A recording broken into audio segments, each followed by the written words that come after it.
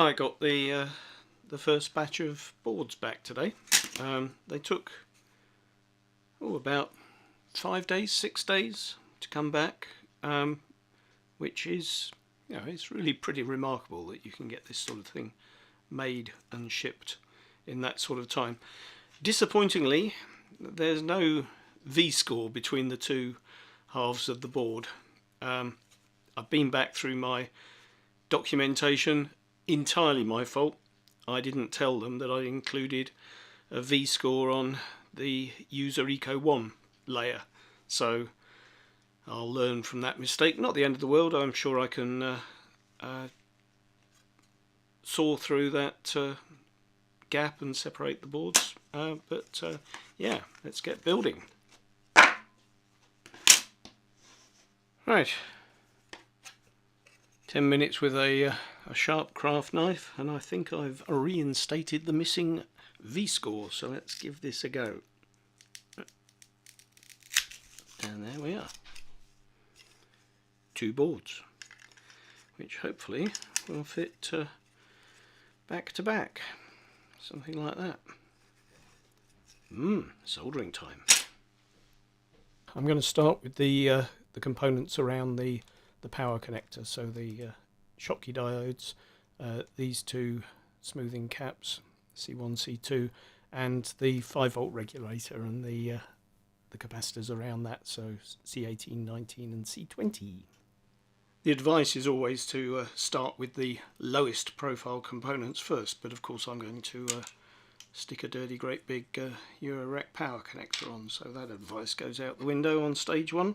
But the first is this C20 down here, which in my technique, such as it is, wouldn't claim it's very good, but I find it works for me. Blob of solder on one end, heat it up and place the component, and then spin the board round and blob of solder on the other end. There we go. I definitely don't intend to make you sit and watch me solder a board up, so I'll just bend these up, insert them, solder them in, and restart when there's something to look at. We've got those in. Basic continuity test between ground and minus 12 volts, and what's that showing us? About 2 meg, and between ground and plus 12 volts 3 meg. Is that 2 meg? Yeah, something like that. So 1 or 2 meg, so that so far so good. Right, plug in my Eurorack power connector and I'll lean over and switch it on.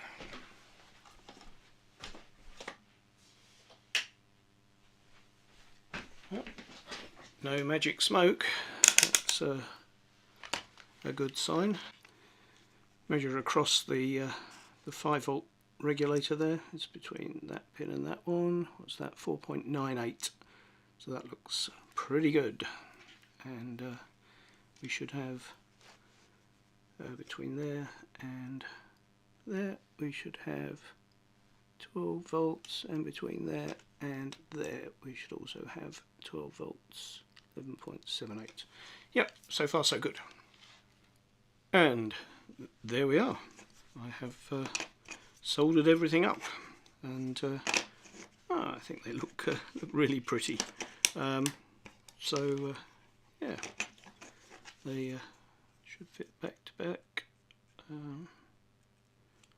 like that, push together. There we are. They're quite firm. I mean, in practice you'd probably put a blob of super glue between those to hold them together, but right, I think it's time to do some testing. But first what I'll do is I'll plug my Eurorack power in again, and oh, we have a red light. That's pretty exciting. And see what happens. Well, so far so good. Yeah, I'm going to measure the temperature of that regulator there, because that does feel a little bit warm. So 1 moment please. I got a thermal camera image of the board, and the 5-volt regulator here is running at, you can't quite see it, but it's 58.4 centigrade, so it's not terrible. You can still put your finger on it. I've measured the current draw of the board, and it's pulling about 100 milliamps. That's an 800 milliamp device, so it's not the current that it's drawing, but of course I'm powering it off 12 volts, and it's a 5-volt regulator, so it's having to drop 7 volts at 100 milliamps, so that's 0.7 of a watt. And one of the problems with this, I think, is that it's a SOT package, and the tab that I've got soldered to the copper is actually the output, and I'm thinking that I'd actually be a lot better off with something like a 7805 in a TO 220 or a DPAC package, where the tab is actually the ground, and then I can attach it to my copper pour and maybe wires through to both sides, distribute the heat a bit better. So one of the things that I'll add to the revision 2 board is a better thermal dissipation on the 5-volt regulator. Well, plugged it in, didn't work, and so I set out to troubleshoot what I'd done. And the first thing I looked at was I wanted to feed a clock signal in and see if the LED flashed, and it didn't. So I had a look at the circuit diagram, and I'd done something stupid. What I'd done was I'd just got pin 10 and pin 15 round the wrong way. Pin 10 should be the I2S data input, and pin 15 should be the LED output. And for some stupid reason, I've just put the global labels on the wrong pins. Still, not too difficult to fix, fortunately. I could cut a track here and wire that direct into the GPIO pin, and on this side again I could cut a track quite easily and wire it in directly onto the Pico's GPIO pin. So hopefully that will have fixed it. And indeed it has come to life. I've just got a random sequence of quantized notes. This is the full wet dry balance, full round to the dry side. If I bring in the wet side, change the divisors,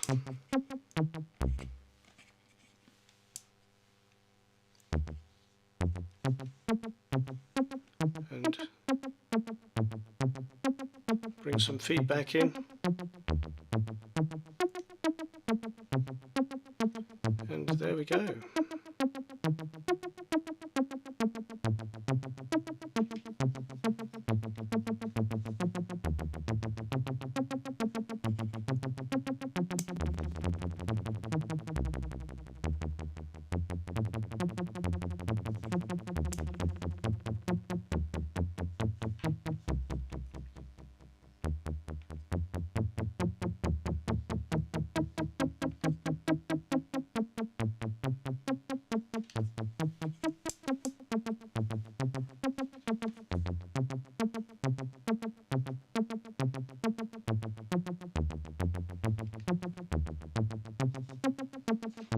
Right, so there we go. The Camberwell Parrot lives.